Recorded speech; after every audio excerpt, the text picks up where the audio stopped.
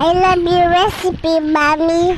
Kayang-kaya mo na ring lutuin ang iyong favorite chicken pastel dahil mas pinadali at pinasimple gamit ang Knorr cream of mushroom. Kaya samahan niyo po ako, tara, umpisahan na po natin. Sa isang pan po ay ipapan-fry lang natin ang ating pong chicken. Bali, nag-spray lang po ako dyan ng konting mantika.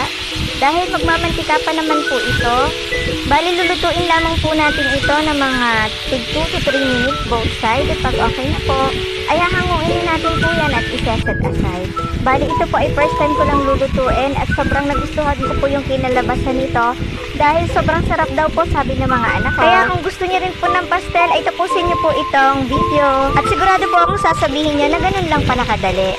Ayan, bali, natapos ko na po at na-set aside ko na po yung chicken. Sa same pan po ay hindi na po ako nagbawas ng mantika.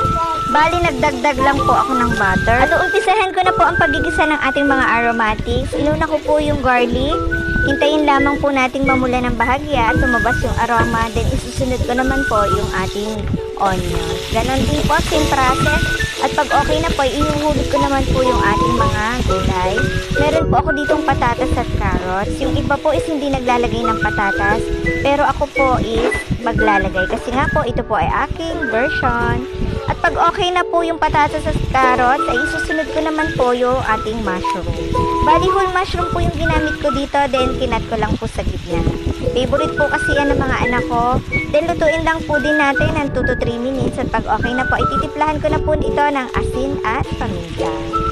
At pagkatapos po, isa-isa ko na pong ibabagsak yung ating pong chicken na pinan-fry kanina.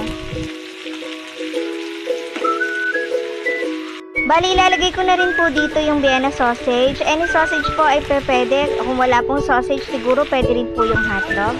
At syempre, yung magpapasarap po dito yung ating cream of mushroom soup. Bali, kalahati lang po yung inilagay ko dyan.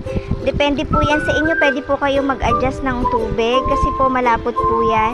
At pagkatapos po ng ilang minutong pagpapakulo, ay inilagay ko na po yung ating cheese na mas lalo po magpapakreamy at magpapasarap po sa ating pastel. Ayan, pagkaraan po ng ilang minuto ay ready to serve na po.